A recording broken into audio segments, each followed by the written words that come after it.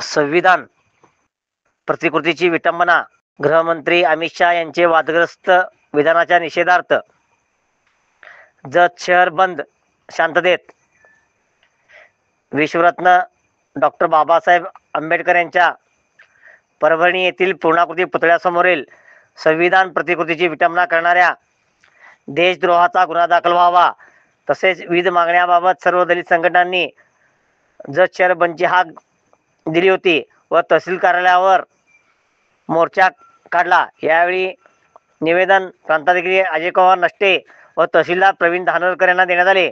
सोमवारी जत शहरातील विश्वरत्न डॉक्टर बाबासाहेब आंबेडकर यांच्या उद्यानापासून मोर्चाला सुरुवात झाली। या मोर्चेत मोठ्या संख्येने नागरिकांनी व आंबेडकर प्रेमींनी सहभागी झाला होता। जत शहरातील दुकाने सकाळपासून बंद पाळण्यात आली व निवेदन दिल्यानंतर सर्व व्यवहार सुरळीत झाले। दिलेल्या निवेदनात म्हटले आहे की डॉक्टर बाबासाहेब आंबेडकर यांच्या पुतळ्याची क्षती पोहोचविण्याचा तसेच पुतळा परिसरात असलेल्या संविधानाची प्रतिकृती मोडतोड करण्याचा प्रयत्न करणाऱ्या अनुचित प्रकार घडण्याचा प्रकार घडला होता, म्हणून सदर घटनेचा समस्त आंबेडकरी अनुयायांच्या वतीने तीव्र निषेध करण्यात येत आहे। सदर माथे फिरू नये, कोणाच्या सांगण्यावरून कृत्य केले याची सखोल चौकशी करून गुन्हेगारावर देशद्रोहाचा गुन्हा दाखल व्हावा, तसेच सोमनाथ सोरुजी यांची हत्या केल्यास संबंधित पोलीस अधिकारी व पोलिसावर कलम 302 अंतर्गत गुन्हा दाखल करावा व प्रत्येक वेळी जुलमी वृत्तीने आंबेडकरी अनुयायांच्या वस्तीमध्ये करण्यात येणारे कोबिंग ऑपरेशन बंद करावे। तसेच भारताचे गृहमंत्री अमित शहा यांनी विश्वरत्न डॉक्टर बाबासाहेब आंबेडकर यांच्याबद्दल अपशब्द वापरल्याप्रकरणी त्यांच्यावर गुन्हा दाखल करावा। या सर्व मुद्द्यांचा शासनाने गंभीरपणे विचार करावा। संबंधित दोषीवर योग्य ती कारवाई अन्यथा यापुढील तीव्र आंदोलन करण्याची अशी संतप्त भीमसेनेने भावना व्यक्त केली। यावेळी माजी आमदार विक्रमसिंह सावंत, रिपाईचे प्रदेश सचिव संजय कांबळे, विक्रम ढोणे, बसपाचे शहराध्यक्ष सुनील कॅतन, श्रीकांत सोनवणे, प्रशांत झेंडे, चेतन कांबळे, आकाश बनसोडे, बंडा वाघमारे, बंडा कांबळे, सुशील कांबळे, गुंडू ठोकळे, सुभाष कांबळे, जत शहर शिवसेना प्रमुख विजयराजे चव्हाण, काँग्रेसचे तालुकाध्यक्ष बाबासाहेब कोडक, काँग्रेसचे शहराध्यक्ष निलेश बामणे, सांगली कृषी उत्पन्न बाजार समितीचे सभापती सुजय उर्फ नाना शिंदे, माजी ग्रामपंचायत सदस्य सलीमभाई पाच्चापुरे यांच्यासह आदी जण उपस्थित होते। जतमध्ये आंबेडकरी विचाराच्या माध्यमातून देशाच्या सर्वोच्च सभागृहामध्ये संविधानाचे शिल्पकार भारतरत्न बाबासाहेब आंबेडकर यांच्या विषयीचे जे काही देशाच्या गृहमंत्र्यांनी जे अपशब्द वापरले त्याचा या निमित्तानं मी पहिल्यांदा निषेध करतो।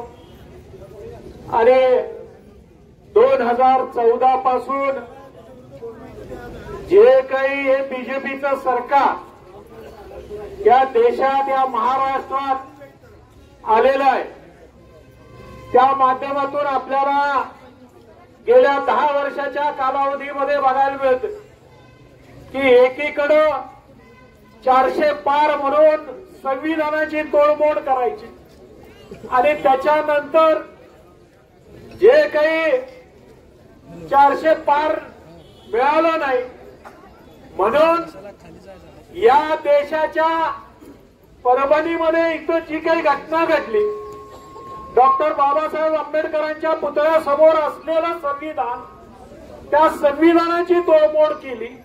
आणि त्याचबरोबर आपल्याला या गेल्या 10 वर्षाच्या कालावधीमध्ये बघायला मिळतं की एकीकडे जी भारताची लोकशाही डॉक्टर बाबासाहेब आंबेडकरांनी आपल्या या संविधानाच्या माध्यमातून ज्या सर्वसामान्य लोकांना मूलभूत हक्क दिले ते आज तोडमोडीचं काम या बीजेपी सरकारच्या माध्यमातून होत। एकीकडे 10 वर्षाच्या कालावधीमध्ये त्यांनी या भारताच्या जनतेविषयी जे काही मूलभूत प्रश्न सोडवण्याचा प्रयत्न करणं गरजेचं होतं ते न करता आज जातीमध्ये तेढ निर्माण करण्याचा प्रयत्न या बीजेपीच्या माध्यमातून होताना आपल्याला एकीकडं आमचे जे सोमनाथ सूर्यवंशी यांचा पोलीस कस्टडीमध्ये असताना मारहाण करून त्यांचा खून करण्यात येतो.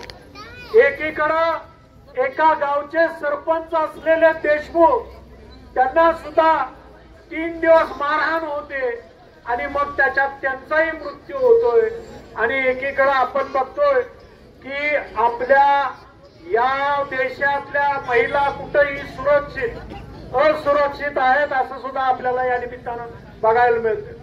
आणि मग या सगळ्या गोष्टी हे सरकार कुठेतरी अपयशी आहे.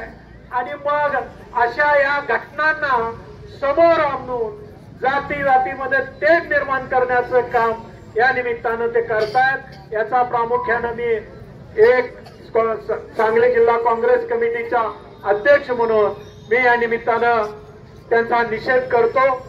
आणि इथून पुढं या येणाऱ्या काळात जी लोकशाही बाबासाहेब आंबेडकरांनी आम्हाला दिलेली आहे त्या लोकशाहीचा पुरेपूर वापर करून या अशा पद्धतीच्या मनुस्मृतीच्या लोकांना आम्ही गाजल्याशिवाय राहणार नाही.